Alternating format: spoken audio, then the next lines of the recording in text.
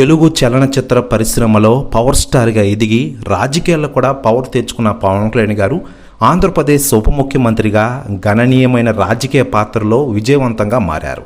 తన చురుకైన వ్యక్తిత్వం, బలమైన ఫ్యాన్ ఫాలోయింగ్ కలిగిన పవన్ కళ్యాణ్ గారి రాజకీయ ప్రయాణం పట్టుదల, వ్యూహాత్మక పొత్తులతో ముందుకు సాగుతోంది. ముఖ్యంగా ఆంధ్రప్రదేశ్లో ఉప ముఖ్యమంత్రిగా నియామకం అయిన రాజకీయ జీవితంలో కీలకమైన క్షణాన్ని చూపిస్తోంది. ఇది ఆయన పట్ల ప్రజల్లో పెరుగుతున్న అభిమానాన్ని, తద్వారా ఆయనకు కలుగుతున్న వ్యూహాత్మక ప్రయోజనాల్ని ప్రతిబింబిస్తున్న విషయం మనకందరికీ తెలిసిందే. మరోవైపు లేటెస్ట్గా అందుతున్న సమాచారం ప్రకారం పవన్ కళ్యాణ్ గారింటికి చాలామంది రాజకీయ నాయకులు ఎంట్రీ చేస్తున్న విషయం తెలిసిందే. తాజాగా పవన్ కళ్యాణ్ గారింటికి మాజీ మంత్రి ఆర్కే రోజా గారు సడన్ ఎంట్రీ ఇచ్చారట.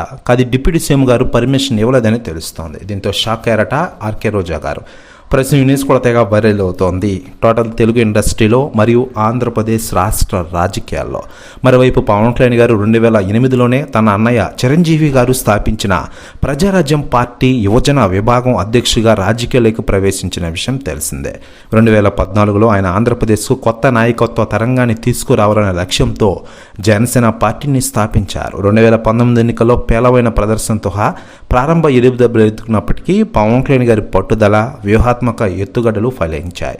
తెలుగుదేశం పార్టీ, భారతీయ జనతా పార్టీతో ఆయన పొత్తు ఆయన ఇటీవల రాజకీయ విజయానికి కీలక పాత్ర పోషించిన విషయం మనకందరికీ తెలిసిందే.